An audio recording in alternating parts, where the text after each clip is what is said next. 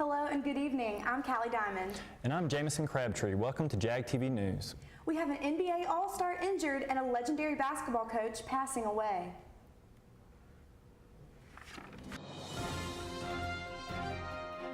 Reliable, accurate, and on your side. From the Communication Department at the University of South Alabama, this is JAG TV News.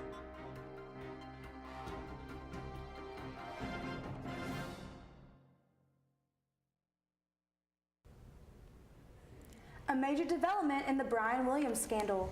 NBC announced that the star anchor will be suspended for 6 months without pay. The network's investigation isn't over, and their CEO, Steve Burke, called his actions inexcusable. Williams has been under fire after his story of covering the Iraq War back in 2003 was called into question. In a memo to her staff, NBC News President Deborah Turnus said that Williams clearly misrepresented his experience in Iraq and that she conceded that it was, quote, clear that on other occasions, Brian had done the same while telling that story in other venues. While the executives were critical of Williams, it seems they are hoping he can overcome the scandal. Burke said that Williams deserves a second chance, and he said that it is, quote, rooting for him. The absence of Williams will be a big blow to NBC. He was America's most watched anchorman, averaging around 10 million viewers a night. Lester Holt will take over the helm of NBC Nightly News while Williams serves his suspension. President Obama's plan to fight ISIS is heading to the Hill. He's asking Congress to authorize military force against the terrorist group controlling large parts of Iraq and Syria. Paula Sandoval reports on what may be the most important vote for lawmakers in more than a decade. This resolution reflects our core objective to destroy ISIL. A major announcement from President Obama as he seeks military authorization from Congress to fight ISIS. The White House acknowledging the language in the text is fuzzy to allow military flexibility. It calls for a 3-year military operation, limits any possible deployment of ground troops, and would repeal the war authorization that allowed the U.S. invasion of Iraq 13 years ago. I'm Paula Sandoval. A legendary college basketball coach has passed away. An NBA All-Star who suffered an injury before an All-Star game, coming up on JAG TV News. This financial advisor is being accused of committing one of the largest investment frauds in the history of the United States. I guess we're not going to Aspen. That's fine. You see, I like tennis balls. He likes insider trading. So he's going to jail and I'm going to a shelter. And no, they're not the same thing. Shelters are for good pets that want to be adopted. Jails are for criminals. I did nothing. Uh-oh. Okay, I stole a cheeseburger once. How my dog?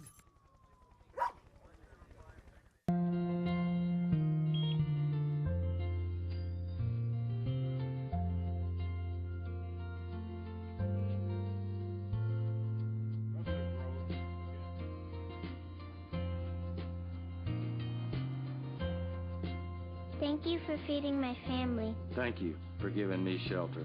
Thank you for giving me hope. Support the Red Cross and change a life, starting with your own.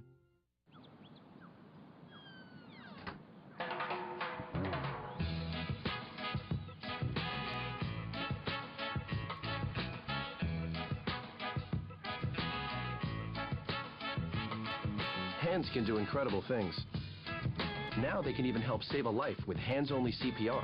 If you see an adult suddenly collapse, just call 911, then push hard and fast in the center of the chest until help arrives. Learn more at handsonlycpr.org.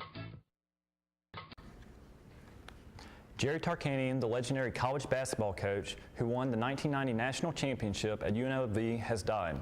Tarkanian's son, Danny, posted the message on Twitter. Coach Tark, my father, the greatest man I have ever known, passed away today.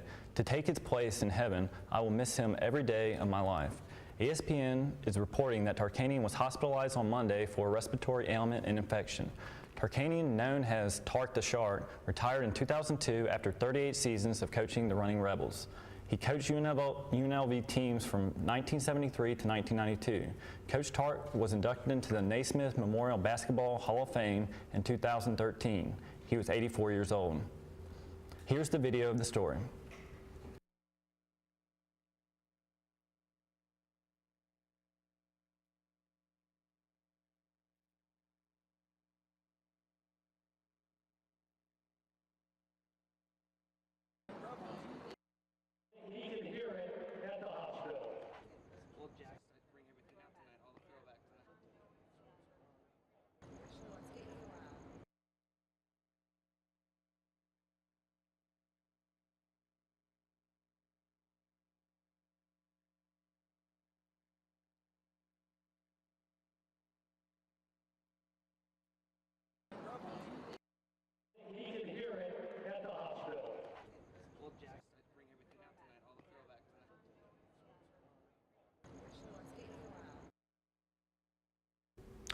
In the second quarter, Chicago Bulls All-Star Jimmy Butler runs into a hard screen set by Reggie Evans. A foul is called on Evans. Butler is shaken up and possibly re-injures his strained right shoulder. Butler would finish the quarter but would not return for the second half after suffering a right shoulder strain. Here's the video of the injury.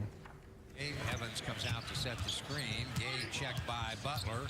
Gabe ran him into the Evans screen, and a whistle and a foul. Well, and I tell you what, that's Ty's fault, because Ty's got to talk to Jimmy. Right, exactly. He didn't say anything, and Jimmy ran right into that screen, and that wasn't a dirty screen.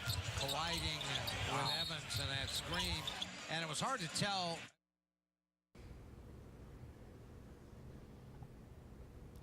UNC Muslim students have been murdered, and we have video of the 911 call.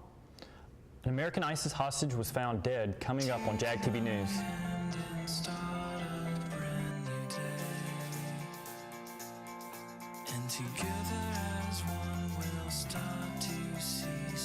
Underneath everything we are, underneath everything we do, we are all people, connected, interdependent, united. And when we reach out a hand to one, we can influence the condition of all. That's what it means to live united. Yes, ready.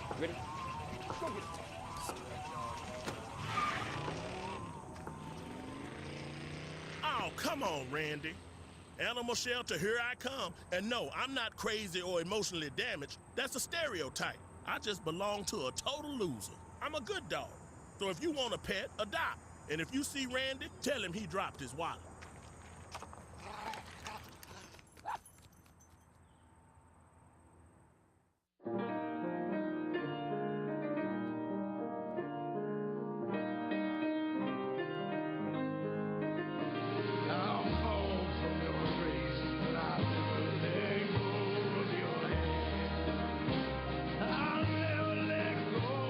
Americans is struggling with hunger.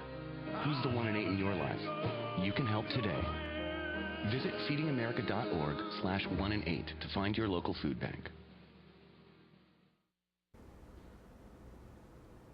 American ISIS hostage Kayla Mueller is dead, the aid worker's family and the White House said on Tuesday. The announcement came 4 days after ISIS claimed the 26-year-old Arizona native had been killed by a coalition airstrike in Syria. Here is the video about this groundbreaking story. The intelligence community has concluded from the information provided by Kayla's ISIL captors that Kayla is deceased. At this time, they are not able to confirm a cause of death. The U.S. military has indicated that there was no evidence of civilians in the target area prior to any recent coalition airstrikes. Obviously, that's in reference to the ISIL claims. We don't have any more details at this point in time. 3 Muslim students have been shot to death at the residential complex of the University of North Carolina at Chapel Hill, and a suspect has been arrested over the incident, according to local police. Chapel Hill police told local news outlets that Craig Stephen Higgs, 46, was arrested and charged with killing the 3 Muslim students. We have the 911 call right here.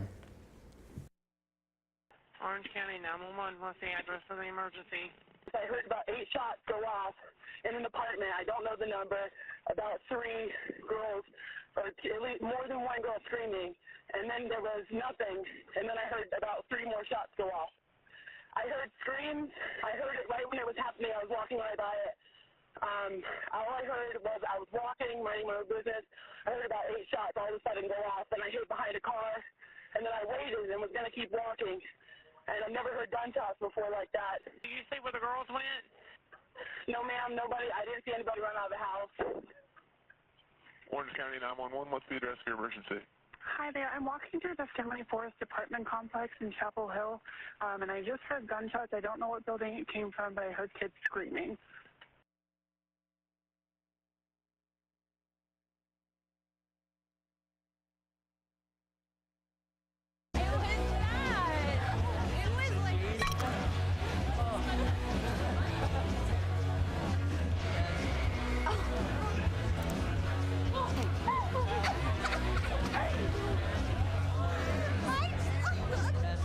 It's easy to tell if you've had way too many.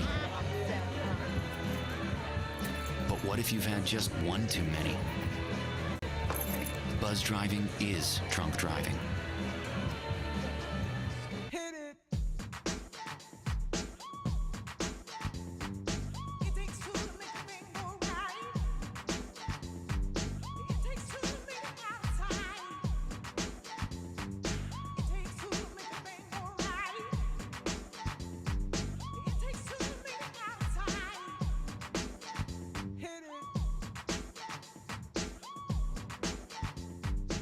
Support the Red Cross and change a life, starting with your own. Hey. Ready to go? Yeah, but the fire's not out. It's close enough. Close enough? If it's too hot to touch, it's too hot to leave. I mean, the next thing you know, you've torched our whole neighborhood. Which is why we're not going anywhere? Exactly. 9 out of 10 wildfires are caused by humans. Only you can prevent wildfire.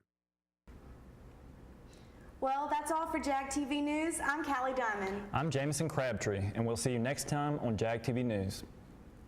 Good night.